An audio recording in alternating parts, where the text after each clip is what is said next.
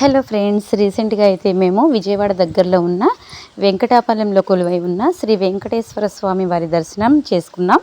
దానికి సంబంధించిన పూర్తి డీటెయిల్స్ ఈ వ్లాగ్లో మీతో షేర్ చేసుకుంటాను.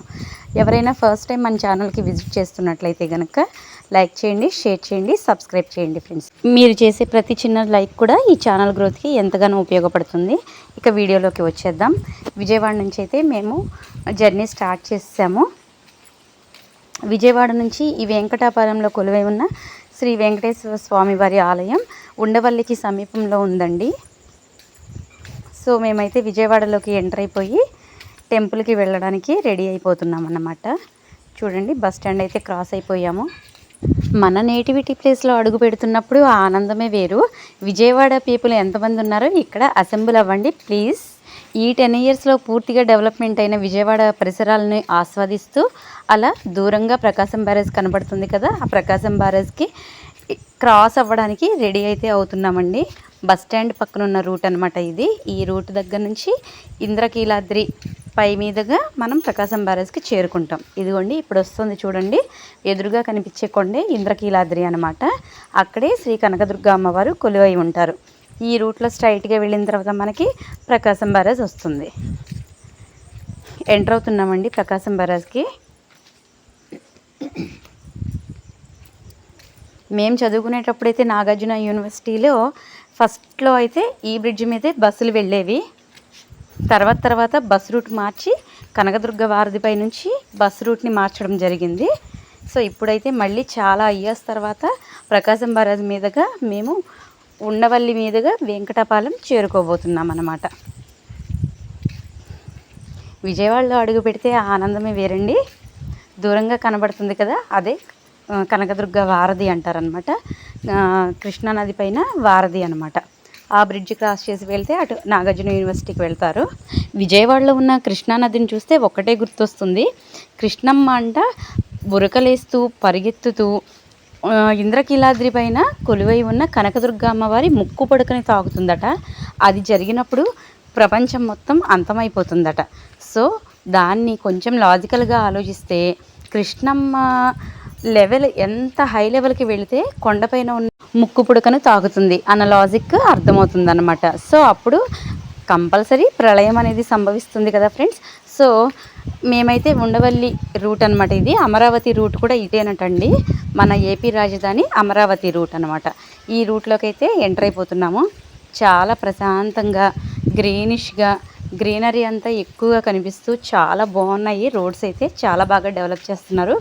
అదిగోండి జస్ట్ ప్రకాశం బ్యారేజ్ దాటిన తర్వాత ఒక 10 మినిట్స్కే మాకైతే వచ్చేసింది వెంకటాపాలెం టెంపుల్. దూరంగా కనబడుతుంది. ఆ థీమ్ని చూసే నేను అనుకున్నాను, ఈ వెంకటాపాలెం గురించి నేను విన్నది ఏంటి అని అంటే, తిరుపతిలో ఉన్న సేమ్ థీమ్ని తీసుకొని ఇక్కడ టెంపుల్ని అయితే నిర్మించారట. సేమ్ తిరుపతిలో కొలువై ఉన్న శ్రీ వెంకటేశ్వర స్వామికి ఆలయం చుట్టూ ఏవైతే దేవతామూర్తులు ఉన్నారో, ఏదైతే ఆ థీమ్ ఉంటుందో, స్వర్ణ తాడపంతో ఉన్నటువంటి గోపురం ఉంటుందో అదే థీమ్ తోటి ఇక్కడ టెంపుల్ని నిర్మించారట. సో నాకైతే చాలా ఎక్సైట్మెంట్గా ఉంది. అదిగోండండి కనిపించేస్తోంది. నిజంగానే దూరం నుంచి చూస్తుంటే ఏడుకొండలవాడి నిలయం లాగానే నాకు కనబడుతుందండి చూడడానికి. మీకు ఎలా అనిపిస్తుంది అన్నది కూడా కామెంట్ సెక్షన్లో కామెంట్ చేసేయండి ఫ్రెండ్స్. కొండ ఒక్కటే లేదండి ఇక్కడ, ఏడుకొండలవాడి కొండ ఒక్కటే లేదు, కానీ దూరం నుంచి ఆ 2 ఆలయాలు చూస్తుంటే సేమ్ తిరుపతి థీమ్నే గుర్తుకు తెస్తుంది. ఆలయంలోకి మేము అడుగైతే పెట్టేస్తున్నాము. కార్ పార్కింగ్ ఏరియానే చాలా ఎక్కువగా ఉంది, చాలా విశాలంగా. నాకు తెలిసి ఇది 200-300 ఏకర్స్లోనే కట్టుంటారు అనుకుంటున్నాను. అంత ఓపెన్ ప్లేస్ చాలా బాగుందన్నమాట. ఇక్కడికి అడుగు పెట్టగానే మాకేమనిపించిందంటే ఒక్కసారిగా తిరుపతిలోకి అడుగు పెట్టామా అన్నంత ఫీలింగ్ అయితే వచ్చేసింది. ఎందుకంటే ఆ ఎంట్రన్స్లో కనిపించే అపీరెన్స్, మనకి గాలి గోపురం కానీ స్వర్ణ మండపం కానీ సేమ్ అట్లాగే కనిపిస్తుందండి. మేము వచ్చినప్పుడైతే మంచి ఎండలో వచ్చాము. అయితే ఎండను కూడా లెక్క చేయకుండా అసలు చూద్దాం, తిరుపతిలాగా అనిపిస్తుంది కాబట్టి ఒక్కసారైనా చూద్దాము అని చెప్పి ఈరోజు ట్రావెలింగ్ అయితే పెట్టుకున్నాం అన్నమాట. మొత్తానికి వచ్చేసాము. దేవాలయంలోకి అయితే అడుగు పెట్టేస్తున్నాం ఫ్రెండ్స్. చూడండి ఎదురుగా ధ్వజస్తంభం, లోపలికి అడుగు పెట్టగానే అదో రకమైన ప్రశాంతమైన వాతావరణం, మనస్సుకి ఆహ్లాదకరంగా, మనసుకి ఎంతో ప్రశాంతంగా ఉంది. ఇక్కడ దేవాలయంలోకి అడుగు పెట్టగానే అణువు కూడా తిరుపతి థీమ్తోనే ప్రతిధ్వనిస్తుంది. గోడలపైన ఉన్న దేవతామూర్తులు కానీ, విగ్రహాలు కానీ, నగిషీలు కానీ చూడండి, గోడపైన ఉన్నటువంటి దేవతామూర్తుల డిజైన్ ఇదంతా కూడా తిరుపతినే తలపిస్తుంది.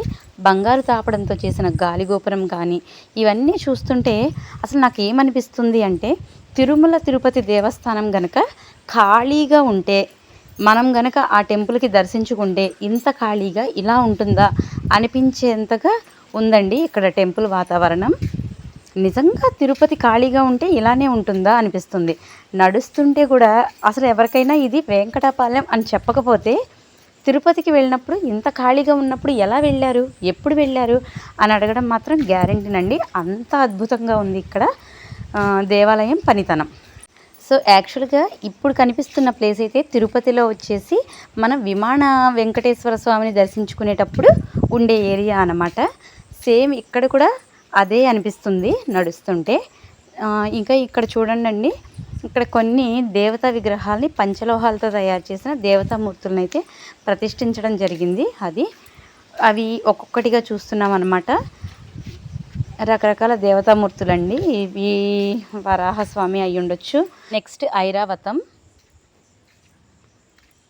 ఇక సూర్య భగవానుడు, ఆదిశేషుడు అనమాట, లేదా శేషతల్పం, వెంకటేశ్వర స్వామి పవళించే శేషతల్పం.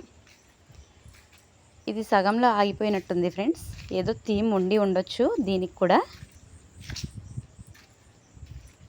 ఇంకా వీళ్ళందరూ కూడా మిగిలిన దేవతామూర్తులండి, ఐడియా అయితే లేదు. నేను అనుకోవడం అయితే ఇవన్నీ కూడా స్వామివారిని ఊరేగించడానికి ఉపయోగించే వాహనాలు అని అనుకుంటున్నాను. మరి అది ఎంతవరకు నిజమన్నది నాకు కూడా తెలియదు. ఇక ఇది మీరు చూస్తున్నది ఆలయానికి ఉన్నటువంటి ప్రధాన ద్వారం అన్నమాట. క్యూ లైన్ అయితే చాలా బాగా ఉంది.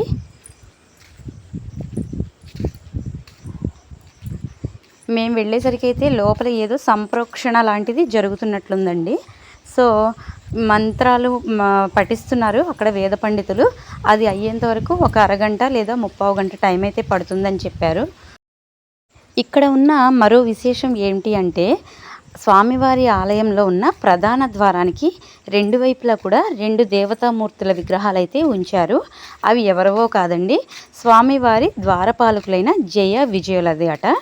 ఆ 2 దేవతామూర్తుల విగ్రహాలు ప్రధాన ద్వారానికి 2 వైపులా ఉంచారండి. సో క్యూ లైన్ అయితే అంతకంతకు పెరిగిపోతుంది. ఎండని లెక్క చేయకుండా చాలామంది భక్తులు అయితే దర్శించుకోవడానికి వచ్చారు. ఇప్పుడు చూడండి, సేమ్ తిరుపతిలో ఉన్న విమాన వెంకటేశ్వర స్వామి వారి రూపమే ఇక్కడ కూడా మనకు కనబడుతుంది. అదే థీమ్తో కట్టారు కాబట్టి ఈ దేవాలయాన్ని సేమ్ టీటీడీలో ఉన్న వైపునే ఇక్కడ కూడా అదే వైపున విమాన వెంకటేశ్వర స్వామిని ప్రతిష్ఠించడం జరిగింది. ఇక్కడ కూడా మేము స్వామివారిని అయితే దర్శించుకున్నాము. ఒక క్షణం ఇక్కడ కూడా అనిపిస్తుంది టీటీడీలో ఉన్నామా అని చెప్పి.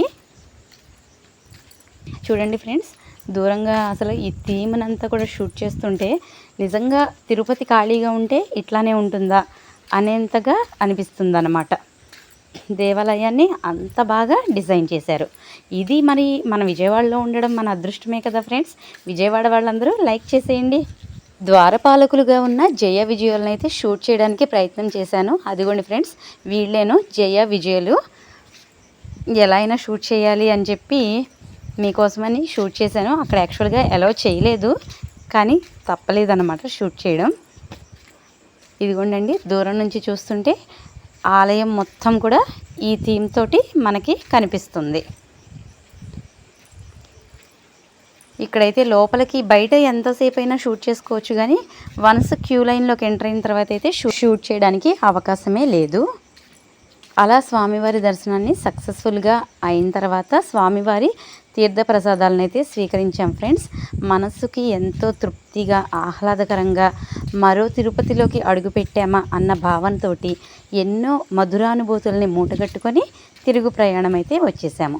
అలా దేవాలయం బయటకు వచ్చిన తర్వాత చుట్టూ ఉన్న సరౌండింగ్స్ చూస్తే నాకైతే ఏమనిపించింది అంటే ఎంతో దూరదృష్టితో ఈ టెంపుల్ని కన్స్ట్రక్ట్ చేశారు అనిపిస్తుంది. ఎందుకంటే ఒక 300-500 ఏకర్స్లో ఇది కట్టారు. చుట్టూ కూడా చాలా ఓపెన్ ప్లేస్ నట్టి పెట్టారు. అంటే ఫ్యూచర్లో ఇది రద్దీగా ఉండే దేవాలయాల్లో ఒకటిగా మిగలబోతుంది అని చెప్పి నాకైతే అనిపించిందండి. అంత బాగుంది ఈ టెంపుల్ థీమ్ అండ్ ఈ టెంపుల్ వాతావరణం కూడాను. విజయవాడ చుట్టుపక్కల వారు తప్పనిసరిగా విజిట్ చేయాల్సినటువంటి దేవాలయం ఈ స్వామివారి దేవాలయం. ఇదిగోండండి ఇప్పుడు కనిపిస్తున్నదైతే మంతెనవారి ఆశ్రమం అట. దీన్ని కూడా చూసాం ఒకసారి. చూసేసి మళ్ళీ ప్రకాశం బరాజ్ మీదుగా మా ఇంటికైతే మేము చేరుకున్నాం. ఎలా ఉంది ఫ్రెండ్స్, ఈ వ్లాగ్ మీకైతే నచ్చింది అనుకుంటున్నాను. నచ్చితే లైక్ చేయండి, షేర్ చేయండి, సబ్స్క్రైబ్ చేయండి. Bye friends.